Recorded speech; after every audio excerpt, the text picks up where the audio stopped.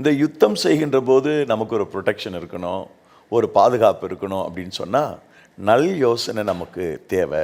நல்ல யோசனை இருந்தால் தான் நாம் பண்ணக்கூடிய யுத்தத்தில் நாம் பாதுகாப்பாக இருந்து வெற்றி பெற முடியும்.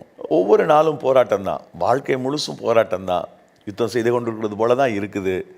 அப்படிப்பட்ட போராட்டம், அந்த யுத்தத்துக்கு நடுவில் நாம் பாதுகாப்போட பிரச்சனைகளை மேற்கொள்ளணும்னா, நாம் பாதுகாப்போடு இருந்து பிரச்சனைகளை தோற்கடிக்கணும்னா அதுக்கு தேவை இந்த நல்ல யோசனை தான். சில பிரச்சனைகளுக்கு நடுவில் நீங்கள் காயப்பட்டிருக்கலாம், நீங்கள் பாதிக்கப்பட்டிருக்கலாம், உடல் அங்கவீனமாகக்கூடிய அளவிற்கு நீங்கள் பாதிக்கப்பட்டிருக்கலாம். ஆனால் ஆண்டவராகிய தெய்வம் உங்களுடைய யுத்தத்துக்கு நடுவில் அவர் உங்களுக்கு பக்கபலமாக இருந்து நீங்கள் வெற்றி பெறுவதற்கு அவர் உதவி செய்வார்.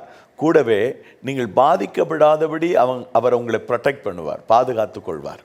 ஸோ இந்த நாளில் கர்த்தர் சொல்கிற வார்த்தை அதுதான், நான் உங்களை பாதுகாப்பேன்ப்பா, காப்பாற்றுவேன். எப்படி? நல் யோசனையின் ஊடாக.